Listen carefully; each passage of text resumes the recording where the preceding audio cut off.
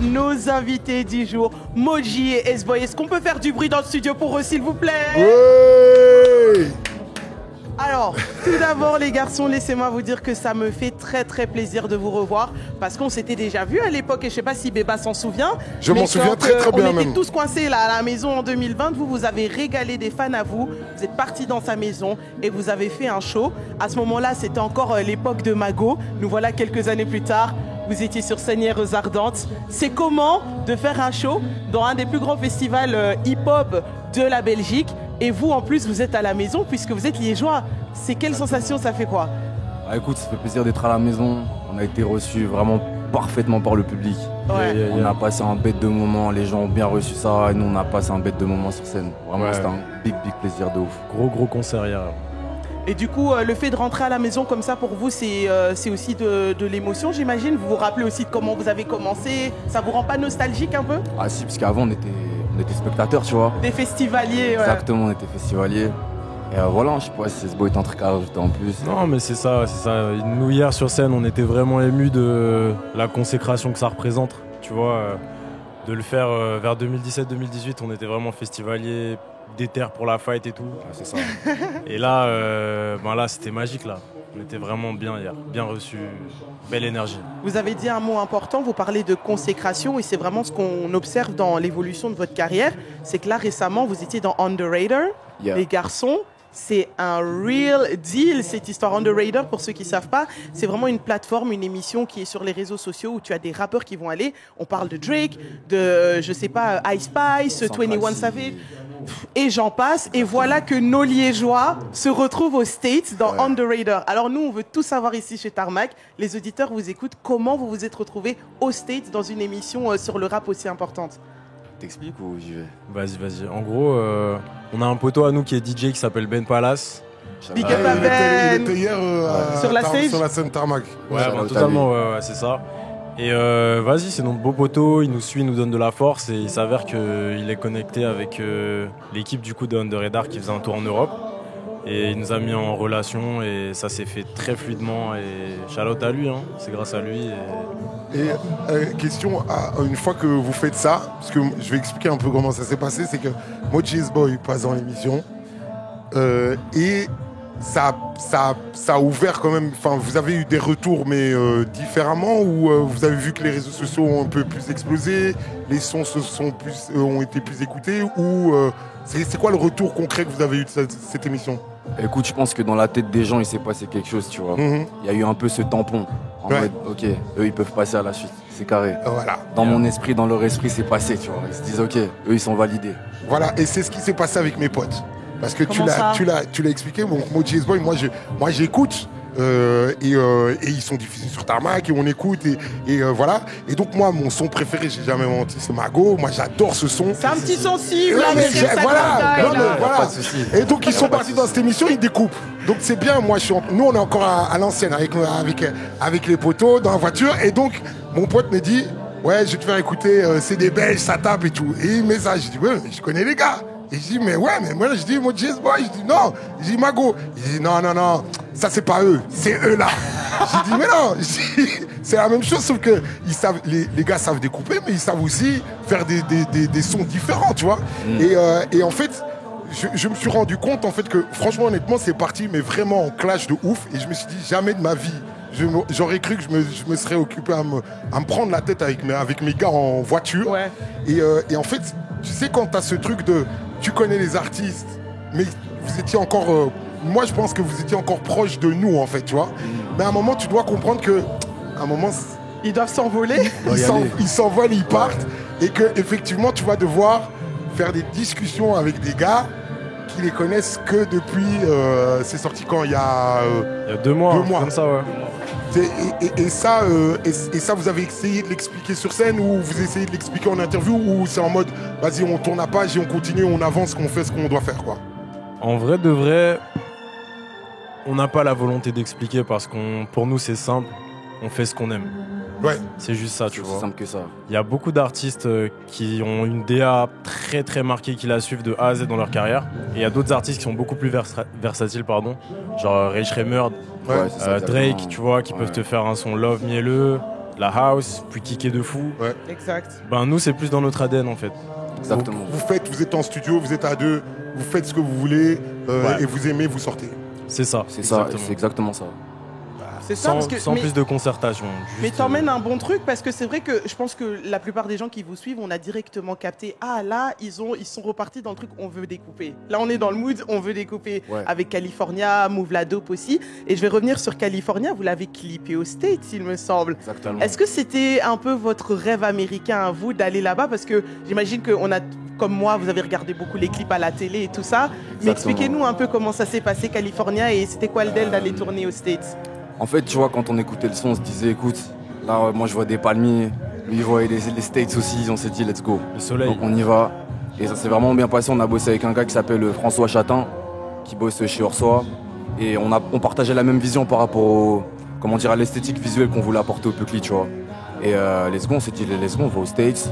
On fait ça bien. C'était la première fois pour nous là-bas. Belle expérience. C'était très condensé, tu vois, mais c'était chaud.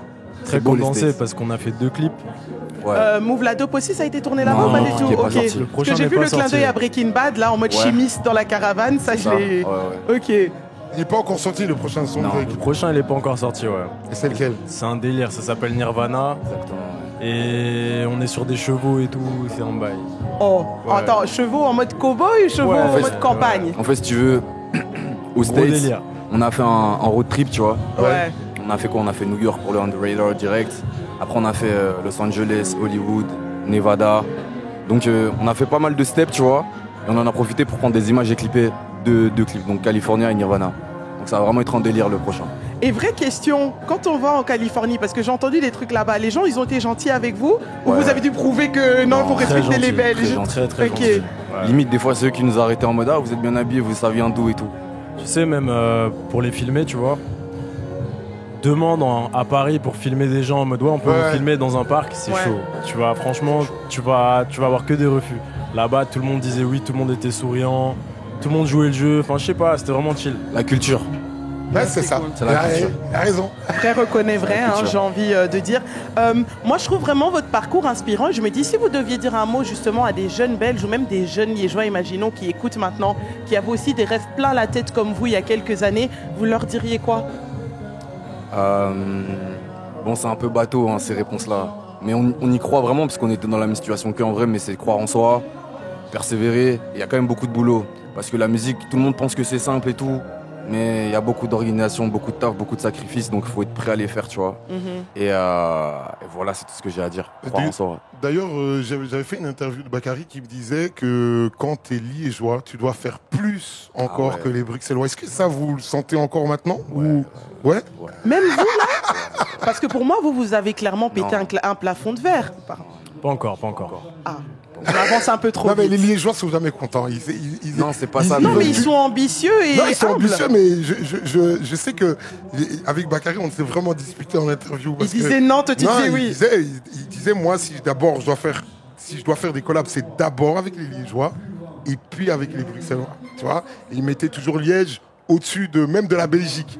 Et c'est vrai qu'après notre discussion, est-ce que maintenant vous voyez quand même que parce qu'aujourd'hui les Liégeois, moi je trouve qu'ils pèsent quand même. Oui, la scène elle est grandissante, elle est très grandissante. Est-ce qu'aujourd'hui les infrastructures pour vous dans notre milieu, est-ce que ça change ou il faut encore faire plus que les autres? Il y a encore du boulot là. On n'est pas encore au point, les gars. Faut pas se reposer sur les acquis puisque c'est pas encore au point, mais petit à petit on voit que ça bouge. Et même SBO et moi on se dit c'est cool que ça bouge. Parce que les gens y croient et les gens se disent il y a des portes à ouvrir en fait, tu vois. Mais c'est ça, il y a des gens très concentrés dans des petites villes comme Liège, comme même en France, même partout en fait. Tu vois, les petites villes, ils ont ce truc où d'office ils doivent faire plus que les capitales, etc. parce que il y a tout à faire. Ouais. Et en tout cas à Liège, nous, on est fiers d'être dans un bon mob là. On a un poteau qui fait des sapes, on a un poteau qui fait des soirées. Et tu vois, ça bouge là, ça fait plaisir. De ouf. Liège aussi, c'est un bon fief. Ça bouge beaucoup. Franchement, honnêtement, là, ces derniers temps, je crois que je suis venu mixer 7 ou 8 fois à Liège. Ah ouais? Ça bouge de dingue. T'as mixé où? J'ai mixé. Attention à ta réponse. Hein. Non, j'ai mixé. Il y a un club ici pas loin, j'ai oublié le nom. C'est dans le centre-ville. J'y suis ce soir en plus. C'est ici, là, à côté de la Q8. Ah, mais je sais pas du tout. Il y a un cinéma. Ah, juste à côté, là, ouais, c'est le. Putain, je vois ce que c'est. Ouais, on voit. Voilà. Je vois ce que c'est. Là-bas, j'ai été pour la première fois il y a 2 semaines, j'étais dans le carré. Ok, ouais. Ok. Au Bomboclat. Apparemment, on dit dans le carré ou au carré? Dans le carré. Dans le carré. T'es dans le carré. Je deviens liégeois. Non, mais au niveau afro et tout ça, ça commence vraiment. Bon, moi, je suis DJ afro, mais ça commence vraiment à bouger à Liège. Mais et franchement, si vous voulez une bête d'ambiance, c'est vrai, je l'ai déjà dit à la radio plusieurs fois. Vous voulez de l'ambiance et vous voulez des gens qui s'amusent et qui aiment la musique, à Liège, ça existe. J'ai encore jamais fait Plus ça. Plus qu'à Bruxelles, même. J'ai encore jamais fait ça. Mais bon, il y a les Ardentes, mais pour moi, les Ardentes, c'est cheaté. C'est cheat code. Et justement, moi, je trouve que ce que vous dites, c'est super cool, mais voilà, Liège, c'est un. Il y a les Ardentes. Les Ardentes, c'est aujourd'hui, on peut le dire, au niveau rap, hip-hop, tout ce que tu veux, c'est un des plus gros festivals en Europe. Ouais. Et donc, effectivement, c'est pas parce que le festival existe que les infrastructures, c'est plus facile. Donc, il faut continuer le taf. Et merci de bien représenter cette ville comme vous le faites. Merci à vous, les gars. Est-ce que vous avez un petit mot de la fin pour nous, là? Un mot de la fin, qu'est-ce qu'on pourrait dire? Prenez soin de vous, les gars. Pour tous nos Belges. Soyez vigilants dans le festival. En tout cas, pour les festivaliers, on sait jamais, tu connais. Et voilà, hein. Si on les croise, on les croise. Vous êtes en VIP, hein? On est en VIP, à détente. Mais ils pensent aux autres. Non, mais tu connais. Je te dis. Des fois, on fait des petites percées, on va un peu à gauche, à droite. Les gens ne suivent pas? Si, mais tranquille, on aime bien. C'est grâce à eux qu'on est là. Vous êtes chill, ça vous dérange pas? Non, ça? c'est carré. On est reconnaissant, c'est grâce à eux qu'on est ici. Moi, j'avais une dernière petite question et j'espère que je vais pas dire de conneries. Le dernier concert que j'ai été, c'était à l'Abbé. C'est ça que vous avez fait? Ouais, il y a quand même. Ça remonte, hein. Oui, on a fait l'Abbé Club. Puis après, vous m'invitez pas, je vais. L'Abbé Club, c'est celui-là que j'étais. On a fait aussi. La Rotonde, ouais. Ok, la Rotonde botanique. Ouais. Botanique. Prochaine date en Belgique, la Madeleine. La Madeleine quand en 2026, le 6 février 2026. Le 6 février 2026. Bien enregistré. Mon cadeau d'anniversaire, date, hein. Tu peux me le faire? Tu veux qu'on aille voir Moji S-Boy? Ouais, franchement, moi, mais déjà, non, c'est eux qui vont te mettre bien. Non, venez. On va aller ensemble. Venez. Mais oui, moi je colle à ton programme d'anniversaire, ils vont nous inviter. Allez les voir sur scène, franchement, c'est chouette. En plus, je trouve que vraiment la connexion entre vous deux, l'alchimie, c'est vraiment top. L'Abbé Club, franchement, c'était puissant. Dans le sens où la salle n'était pas grande et l'énergie était vraiment là. Mais eux, ils sont turn up. Et vous savez que dans cette émission, nous, on juge un peu les shows. Malheureusement, on n'a pas pu parce que vous étiez en show et nous, on était ici. Ah, merde. On met des étoiles.